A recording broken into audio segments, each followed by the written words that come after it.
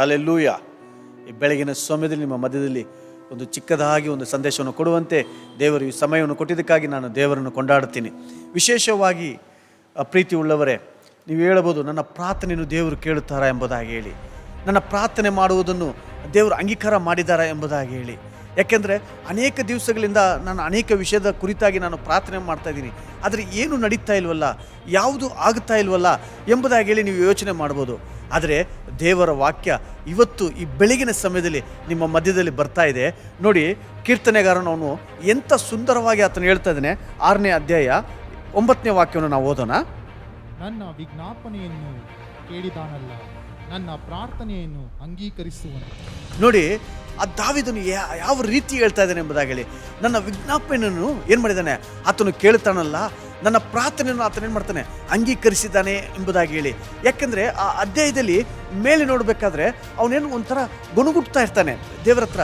ದೇವರೇ, ನೀನು ಮನ ಮರುಗು, ನನ್ನಲ್ಲಿ ಬಲ ಇಲ್ಲ ಸ್ವಾಮಿ, ನನ್ನೆಲ್ಲ ಶಕ್ತಿ ಇಲ್ಲ ಸ್ವಾಮಿ, ಅನೇಕರು ನನ್ನನ್ನು ಹಿಂದಿಸ್ತಾ ಇದ್ದಾರೆ, ನನ್ನನ್ನು ಏನು ಮಾಡ್ತಾರೆ, ಹಿಂಸೆ ಪಡಿಸ್ತಾ ಇದ್ದಾರೆ ಎಂಬುದಾಗಿ ಹೇಳಿ ಆತನು ದೇವರ ಬಳಿಲಿ ಆತನು ಬೇಡುತ್ತಾ ಇದ್ದಾನೆ. ಆದರೆ ಕೆಳಗಡೆ ವಾಕ್ಯ ಹೇಳ್ತದೆ, ಆತನು ಏನು ಮಾಡ್ತಾನೆ, ನನ್ನ ಪ್ರಾರ್ಥನೆಯನ್ನು ದೇವರು ಕೇಳುತ್ತಾನೆ ಎಂಬುದಾಗಿಲಿ. ಪ್ರೀತಿ ಉಳ್ಳವರೇ, ಈ ದಿವಸದಲ್ಲಿ ನೀವು ನನ್ನನ್ನು ಏನು ಮಾಡ್ತಾರೆ, ಅನೇಕ ಜನರು ಹಿಂಸೆ ಪಡಿಸ್ತಾ ಇದ್ದಾರೆ, ನಾನು ಈ ರೀತಿ ಪರಿಸ್ಥಿತಿಯಲ್ಲಿ ಇದ್ದೀನಲ್ಲ, ಈ ರೀತಿ ಕಾರ್ಯದಲ್ಲಿ ನಾನು ಇದ್ದೀನಲ್ಲ, ನನ್ನಿಂದ ಇದರಿಂದ ಎದುಳಕ್ಕೆ ನನಗೆ ಆಗ್ತಾ ಇಲ್ವಲ್ಲ, ನಾನು ಅನೇಕ ಬಾರಿ ನಾನು ದೇವರ ಬಳಿಯಲ್ಲಿ ಪ್ರಾರ್ಥನೆ ಮಾಡ್ತಾ ಇದ್ದೀನಿ, ದೇವರು ನನಗೆ ಸಹಾಯ ಮಾಡ್ತಾ ಇಲ್ಲ ಎಂಬುದಾಗಿ ನಾನಾ ರೀತಿಯಲ್ಲಿ ಅನೇಕರು ನಿನ್ನನ್ನು ನಿಂದಿಸ್ತಾ ಇದ್ದಾರಾ, ನಿನ್ನನ್ನು ಏನು ಮಾಡ್ತಾರೆ, ದ್ವೇಷಿಸ್ತಾ ಇದ್ದಾರಾ.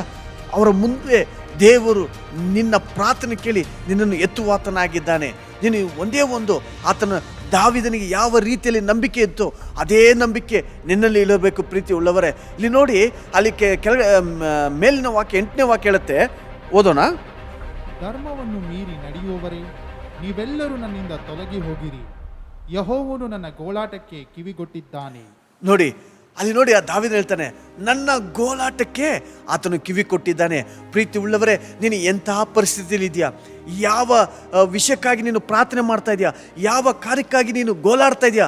ಒಂದು ವೇಳೆ ನನ್ನ ಮಗ ಕೆಟ್ಟ ಅಭ್ಯಾಸದಲ್ಲಿದ್ದಾನೆ, ಆತನು ಮನ ತಿರುಗಬೇಕು, ನನ್ನ ಯಜಮಾನರು ಆತನು ಪಾಪದಿಂದ ಅವರು ಬಿಡುಗಡೆ ಆಗಬೇಕು, ನಾನು ಎಷ್ಟು ಬಾರಿ ನಾನು ಹೇಳ್ತಾ ಇದ್ದೀನಿ, ನನ್ನ ಮಾತೆ ಕೇಳ್ತಾ ಇಲ್ಲ, ಅವರು ಅದರಿಂದ ಬಿಡುಗಡೆ ಆಗಬೇಕು ಎಂಬುದಾಗಿ ಹೇಳಿ ನೀನು ಪ್ರಾರ್ಥನೆ ಮಾಡ್ತಾ ಇದೆಯಾ. ಪ್ರೀತಿ ಉಳ್ಳವರೇ, ದೇವರು ವಾಕ್ಯ ಹೇಳ್ತದೆ, ನಿನ್ನ ಗೋಲಾಟವನ್ನು ನಾನೇನು ಮಾಡ್ತಾ ಇದ್ದೀನಿ, ಕೇಳ್ತಾ ಇದ್ದೀನಿ ಎಂಬುದಾಗಿ ಹೇಳಿ. ದಾವೀದನು ನೋಡಿ, ಆತನ ಗೋಲಾಟವನ್ನು ದೇವರೇನು ಮಾಡಿದ್ದಾರೆ, ಕೇಳಿದ್ದಾರೆ, ಆತನ ಪ್ರಾರ್ಥನೆ ಕೇಳಿದ್ದಾರೆ.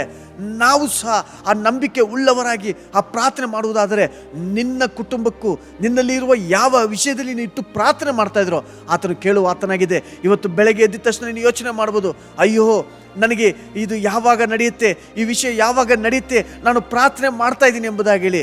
ಈ ವಾಕ್ಯ ಹೇಳ್ತದೆ, ದೇವರು ನಿನ್ನ ಕಣ್ಣೀರನ್ನು ಒರೆಸುವ ಆತನು, ದೇವರು ನಿನ್ನ ಪ್ರಾರ್ಥನೆ ಕೇಳುವ ಆತನು, ದೇವರು ನಿನ್ನ ವಿಜ್ಞಾಪನೆಯನ್ನು ಆತನ ಮಾಡ್ತಾ ಇದ್ದಾನೆ, ಅಂಗೀಕಾರ ಮಾಡಿಕೊಳ್ಳುವ ದೇವರಾಗಿದ್ದಾನೆ. ಯಾಕೆಂದರೆ ನಿನ್ನ ಗೋಲಾಟವನ್ನು ಆತನು ಕೇಳುವ ಆತನಾಗಿದ್ದಾನೆ. ಈ ಬೆಳಗಿನ ಸಮಯದಲ್ಲಿ ಯಾವ ವಿಷಯವಾಗಿದ್ದರೂ ಆ ವಿಷಯ ಎಲ್ಲವನ್ನು ಆತನ ಮೇಲೆ ಇಟ್ಟುಬಿಡು, ನೀನು ಪ್ರಾರ್ಥನೆ ಮಾಡು, ದೇವರು ನಿನ್ನ ಏನು ಮಾಡ್ತಾನೆ, ಆತನ ಅದರಿಂದ ಒಂದು ಬಿಡುಗಡೆ ಕೊಡುವ ಆತನಾಗಿದ್ದಾನೆ. ನಿನ್ನ ಪ್ರಾರ್ಥನೆ ಕೇಳಿ ಆತನ ಬಿಡುಗಡೆ ಕೊಡುವ ಆತನಾಗಿದ್ದಾನೆ. ನಾವೆಲ್ಲರೂ ಕಣ್ಣುಗಳು ಮುಚ್ಚಿ ಪ್ರಾರ್ಥನೆ ಮಾಡೋಣ.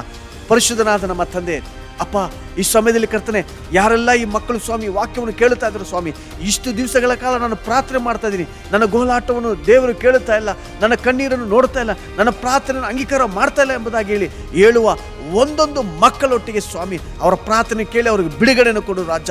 ಈ ಸಮಯದಲ್ಲಿ ನಾನು ಪ್ರಾರ್ಥನೆ ಮಾಡಬೇಕಾದಪ್ಪ, ನೀನು ಅದ್ಭುತಗಳನ್ನು ಮಾಡು ಸ್ವಾಮಿ. ಅವರ ಗೋಲಾಟ, ಅವರ ಕಣ್ಣೀರನ್ನು ಸ್ವಾಮಿ ನೀವು ಕೇಳಿ ಕರ್ತನೆ, ಅವ್ರಿಗೆ ಸದುತ್ತರ ನೀವು ಕೊಡಬೇಕಾಗಿ ಬೇಡುತ್ತಾ ಸ್ವಾಮಿ. ನೀವು ಆ ರೀತಿ ಮಾಡ್ತಿರೋದಕ್ಕಾಗಿ ಸ್ತೋತ್ರ. ಎಲ್ಲವನ್ನು ನಿಮ್ಮ ಕರದಲ್ಲಿ ಕೊಡ್ತೀನಿ, ಯೇಸುವಿನ ನಾಮದಲ್ಲಿ ನನ್ನ ಪ್ರಾರ್ಥನೆ ಕೇಳು ನನ್ನ ತಂದೆಯೇ, ಆಮೆನ್. God bless you.